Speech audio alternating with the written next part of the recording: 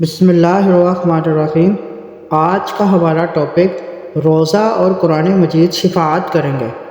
حضرت عبداللہ بن عمر رضی اللہ تعالیٰ عنہما سے ارشاد نبوی مروی ہے، ماہ رمضان کا روزہ اور قرآن مجید روزے قیامت بندے کی شفاعت کریں گے۔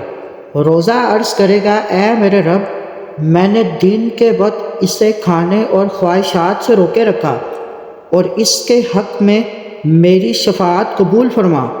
قرآن مجید کہے گا، میں نے رات کے وقت اسے سونے سے روکا۔ روزہ اور قرآن دونوں کی شفاعت قبول ہوگی۔